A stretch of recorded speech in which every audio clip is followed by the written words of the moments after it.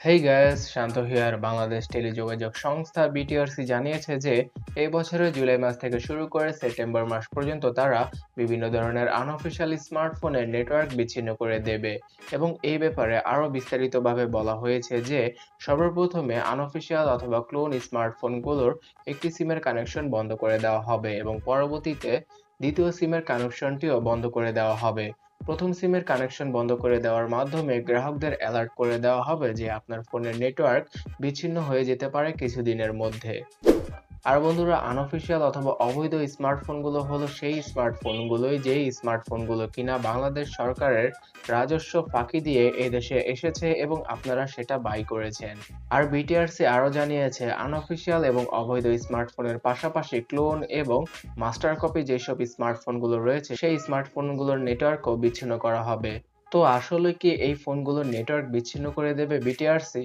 আর এই ফোনগুলোর রেজিস্ট্রেশনের কোনো উপায় রয়েছে কিনা? হ্যাঁ, অবশ্যই উপায় থাকতে পারে, কারণ এই আনঅফিশিয়াল ফোনগুলো বন্ধ করার প্রক্রিয়া তারা কিন্তু আজ থেকে শুরু করেনি। অনেক বছর আগে থেকে তারা এই ব্যাপারে কাজ করছে এবং 2019-এর শুরুর দিকেই তারা বলে দিয়েছিল তারা একটি ডাটাবেস তৈরি করেছে যেখানে কিনা বাংলাদেশে থাকা সব স্মার্টফোনের আইএমইআই নাম্বারগুলো সংরক্ষণ করা হবে। আর সেই ডাটাবেজে শুধুমাত্র সেই স্মার্টফোনগুলোর আইএমইআই নাম্বারগুলো সেভ করা হবে যেই ফোনগুলো কিনা বাংলাদেশ সরকারের রাজস্ব পূরণ করে এদেশে সচল রয়েছে। সো 2019 সালে অনেকবার তারা অ্যালার্ট করেছে যে আনঅফিশিয়াল স্মার্টফোনগুলো গ্রাহকদের না কেনার জন্য, এবং তারা রীতিমতো এক নোটিশে এটাও বলে দিয়েছিল 1 আগস্ট, অর্থাৎ 2019-এর 1 আগস্টের পর থেকে যে স্মার্টফোনগুলো বিক্রি করা হবে অবশ্যই যেন গ্রাহকরা সেই স্মার্টফোনগুলোর আইএমইআই নাম্বারটা ভেরিফাই করে তারপরে কিনে। আর এখানে ভেরিফাইটা কিভাবে করবেন সেটা হয়তো অনেকেই জানেন।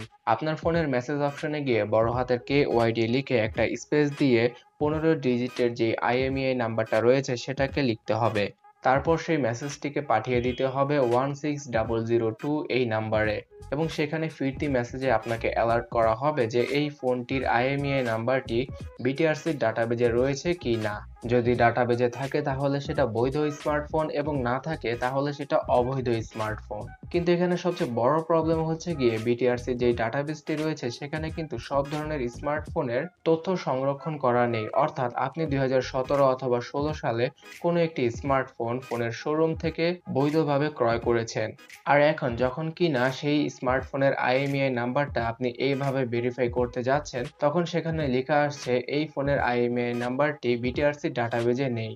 সো আপনি কিনেছেন অফিসিয়াল স্মার্টফোন, বাট এখানে দেখাচ্ছে আপনার ফোনটি আনঅফিসিয়াল। সো এখান থেকে বুঝতে পারা যায় যে বিটিআরসি ডাটাবেজে সব ধরনের স্মার্টফোনের তথ্য সংরক্ষণ করা নেই।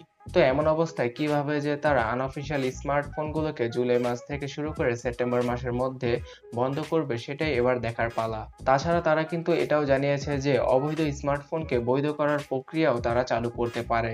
আর এখানে সবচেয়ে মোস্ট ইম্পর্টেন্ট যে কথাটা আসে সেটা হচ্ছে গিয়ে বিদেশ থেকে স্মার্টফোন আনলে সেখানে তো আর কর অথবা ট্যাক্স দিতে হয় না। তো এক্ষেত্রে আমরা যারা বিদেশ থেকে স্মার্টফোন আনি তাদের ফোনটি তো আনঅফিসিয়াল স্মার্টফোনই। সো এই ব্যাপারে বিটিআরসি কি করবে? বিটিআরসি 2019-এ এক বিবৃতিতে জানিয়েছিল যে বিদেশ থেকে আনার সময় এয়ারপোর্টে এই স্মার্টফোনগুলোর আইএমইআই নাম্বারগুলো সংরক্ষণ করা হবে এবং পরবর্তীতে বিটিআরসি ডাটাবেজে সেটাকে অ্যাড করা হবে। তো এভাবে তারা বিদেশ থেকে আনা স্মার্টফোনগুলোকে রেজিস্টার করতে পারে। সো এখানে আমরা বুঝেই নিতে পারি যে সরকারের কাছে অথবা বিটিআরসির কাছে আমাদের সকল স্মার্টফোনের অর্থাৎ বৈধ স্মার্টফোনের তালিকা নেই। তো এজন্যই 2019-এর 1 আগস্ট থেকে যে স্মার্টফোনগুলো নতুন করে চালু করা হয়েছে সেই ফোনগুলোর তালিকা হয়তো তাদের কাছে থাকতে পারে। আর আমরা অনেকেই জানি আমাদের দেশের সরকারি কার্যক্রম ঠিক মতো হয় না। সো বন্ধুরা, এবার দেখারই পালা আগামী জুলাই মাস থেকে এই অবৈধ এবং ক্লোন স্মার্টফোনগুলোকে তারা কিভাবে বন্ধ করে দেয়, আর বন্ধ করার পরে এই ফোনগুলো রেজিস্টার করার কোনো প্রক্রিয়া তারা বের করে কি না। যদি নতুন কোনো প্রক্রিয়া বের করে তাহলে আমি অবশ্যই আপনাদের সাথে শেয়ার করব।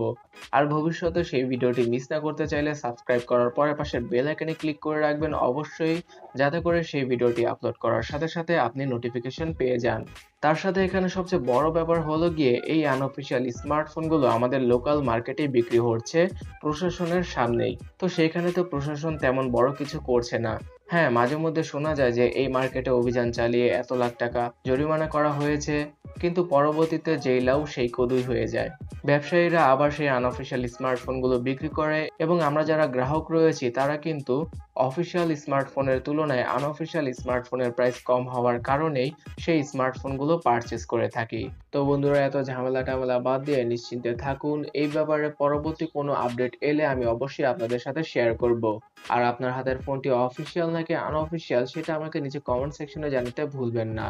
তো আজ এই পর্যন্তই, দেখা হচ্ছে পরবর্তী ভিডিওতে। আল্লাহ হাফেজ।